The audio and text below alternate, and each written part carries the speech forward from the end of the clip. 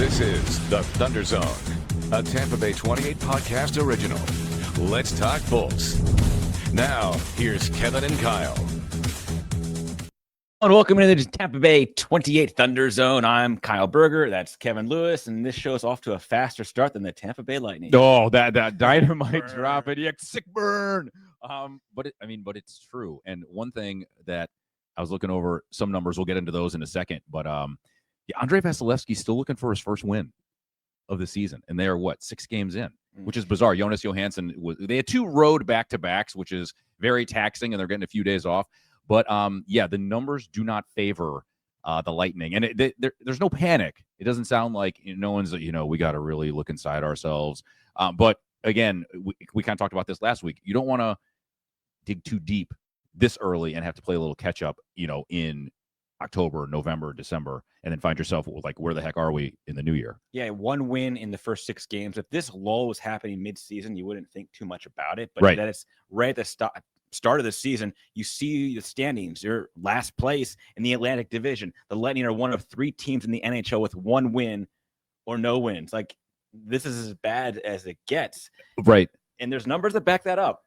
There are. And again, with a roster that has playoff pedigree, championship pedigree, that is a copy and paste basically from last year. You wouldn't expect this from a team, the numbers we just saw, to be as low as they are after, the first couple of weeks of the season. You think that they would have found their footing already. And we have players like Nikita Kucherov and Braden Point. You should not be 31st in the NHL in shots. That's second to last. Yeah. You got guys that can fire the puck and score lots of goals with Gensel as well. Hagel, they should be shooting all the time. Yeah, and Hagel shoot the puck. Yeah, as a guy that's working hard, John Cooper referenced that.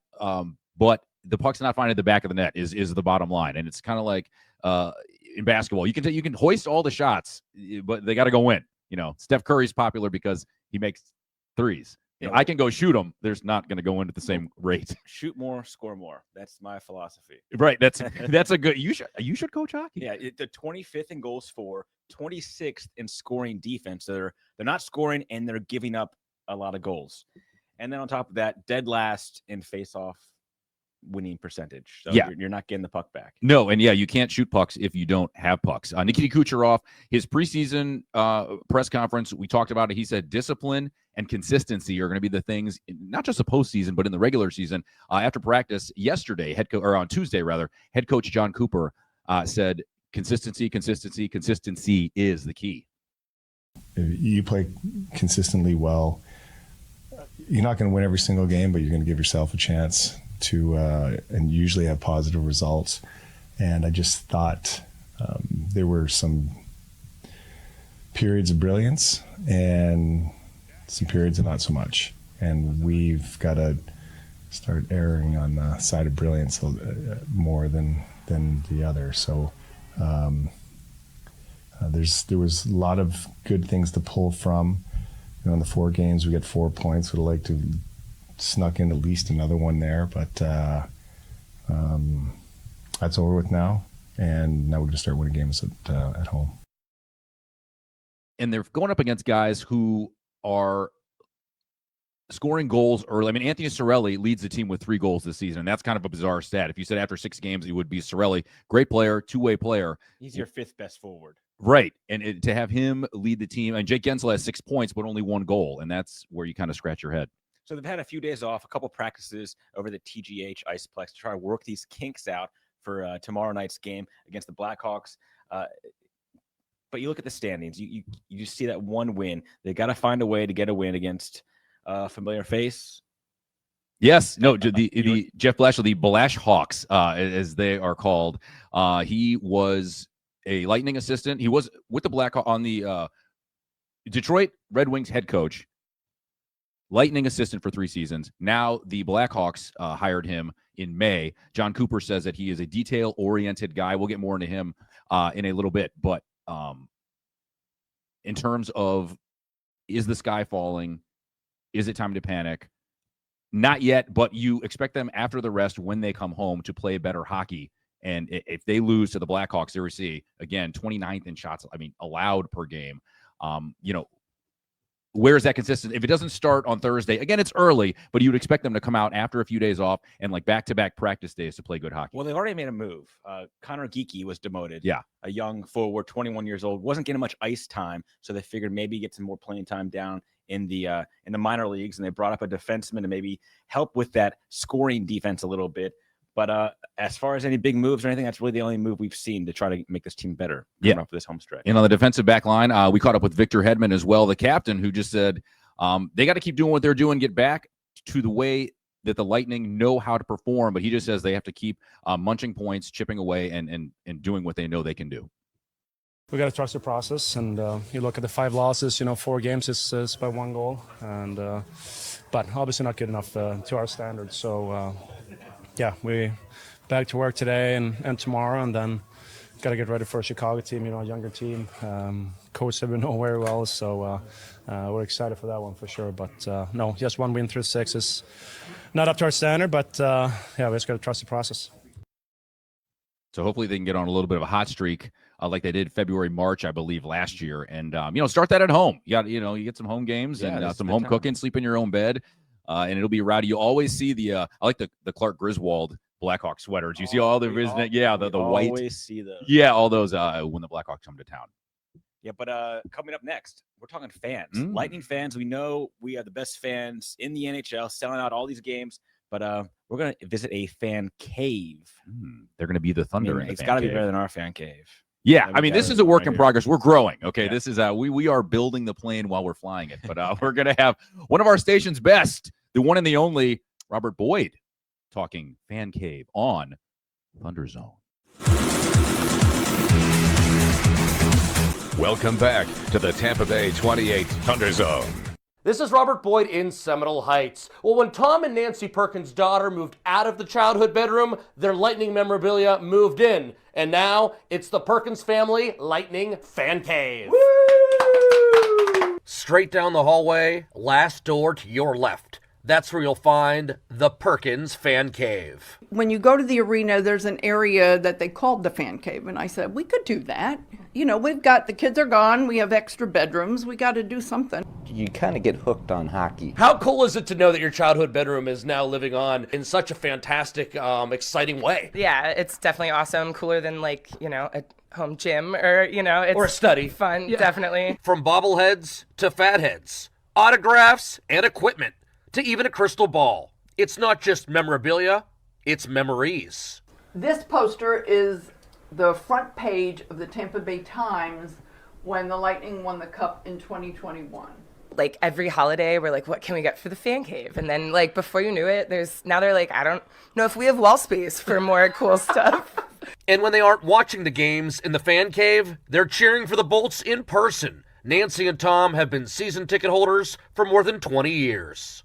We were at the arena when they won the Cup. It was amazing. Yeah. It was absolutely amazing. Last season, Nancy was honored on the ice by center Connor Geekie for being a Bolt for Life winner. When she got the phone call, she spun around and said, "I'm going, not you." When it comes to Lightning, sometimes you have to pick between your husband and the team. The player skated right over to you, took the jersey off, and handed it to you. He signed it, and we got a picture together. What was that experience like for you? It was amazing to be down on that ice. With the whole crowd there, it was unbelievable. Go! Tom and Nancy are looking forward to capturing more memories this season. Unless there's some emergency or something that we can't be here, we watch every game. So unless you're in the hospital, you're watching every game. Yeah, pretty much. And we can watch them from the hospital, too.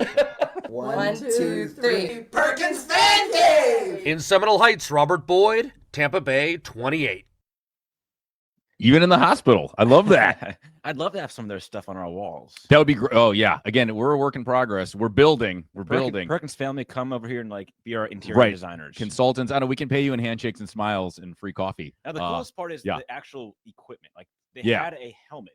Yeah, that's a cool. Yeah, that's the cool stuff you get. Yeah, and the jersey from Connor Geekie is nice. The jersey, the sweater is nice. If I had that sort of fan cave, if I could have one thing, I've never been to Dave Anderchuk's home. I would if I were him, I would get a replica of the statue of myself and just be that statue with I would get that and just be yeah, that's it. Just pull a truck up to a benchmark in the middle of the night. Yeah, no, I'm sure I could pull that off. Yeah, that or if thing I in was there? yeah, no, but yeah, no, that's awesome. I don't have a full man cave or fan cave. Memorabilia wise, I have some stuff. I need more lightning. I need to build the bolts stuff. I think like equipment's cool. Like Yeah. having a helmet, having maybe a hockey stick. Yeah, like I would skate.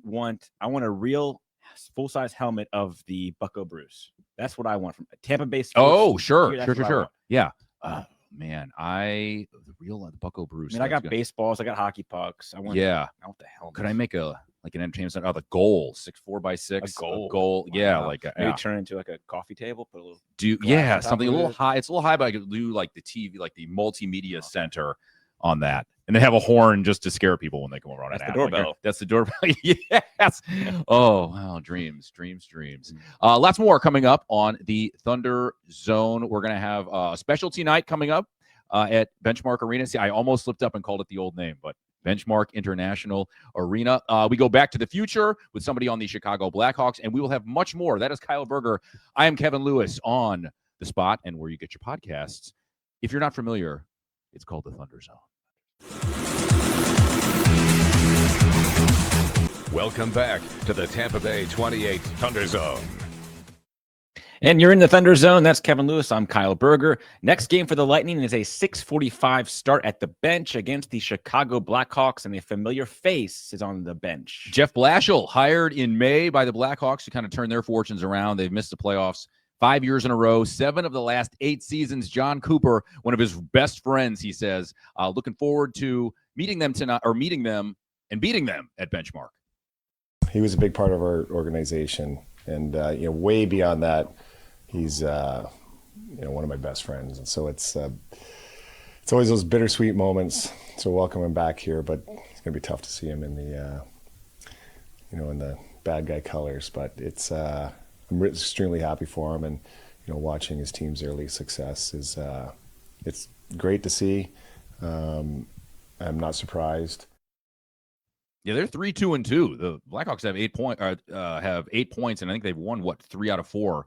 So they're on a little bit of a hot streak coming to Tampa. Yeah, Blashill was here for 3 seasons. Yes, in charge of the defense primarily, the penalty kill. A lot of Lightning fans, subject of scorn for some Lightning fans.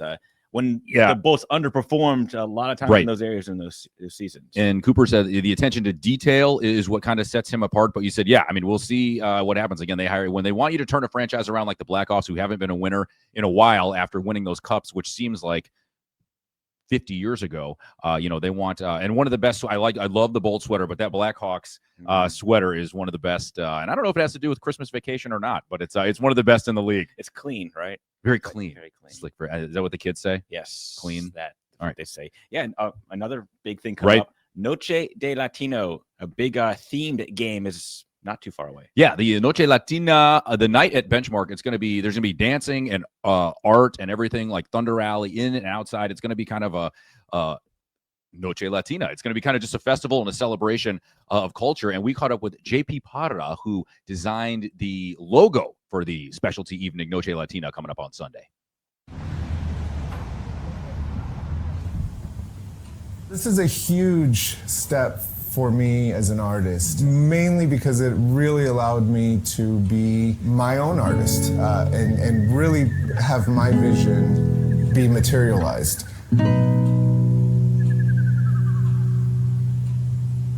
My name is Juan Pablo Parra. I'm originally from Mexico City. Really, as long as I can remember, art's been a huge part of my life.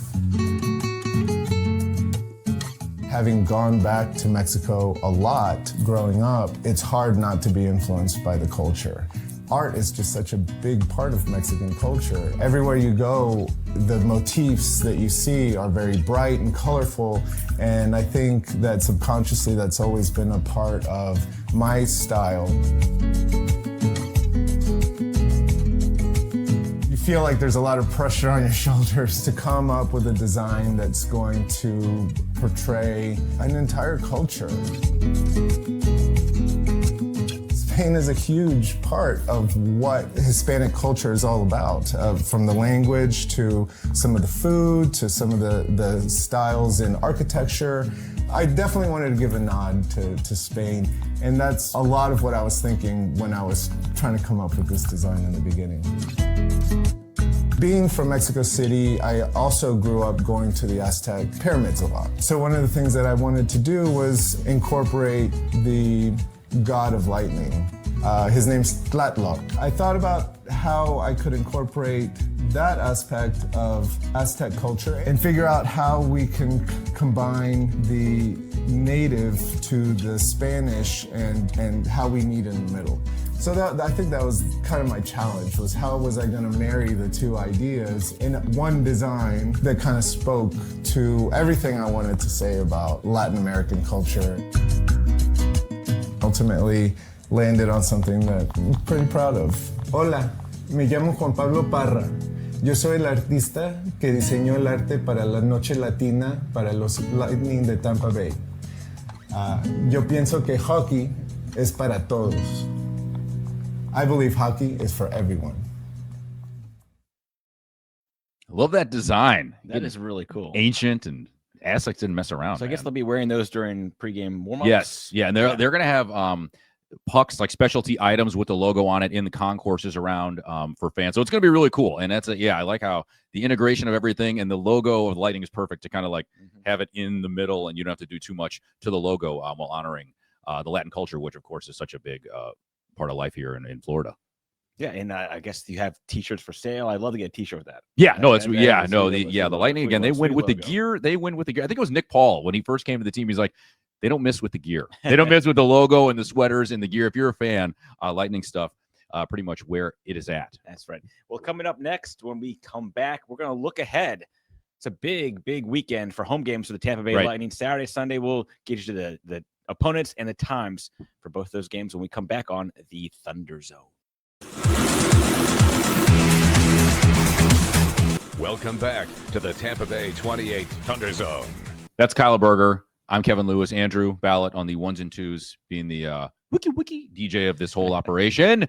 Thank you for joining us on the spot and wherever you get your podcast. We're talking all Lightning all of the time, and a big home stretch for them to kind of get right, because the numbers are wrong. They just look wrong. I mean, for a team, like we keep saying, that has veteran leadership, has, playoff pedigree, has experience, has firepower, it's just not coming together through the first, 6 games. Yeah, that's the good news. You get 3 games here at home. Right. But a lot of bad news. You see some of the bad stats right there. Yeah. 31st in shots on goal, dead last, and face-off win percentage, 25th in goals for, 26th in goals against. Earlier in the season, they lost in overtime because they lost the face-off and never possessed the puck for the entire overtime period. So you're not going to win when you don't have the puck. Which was so bizarre when you think of the skill players on this Lightning team. When you don't, in a whole overtime period, they didn't get it on their stick.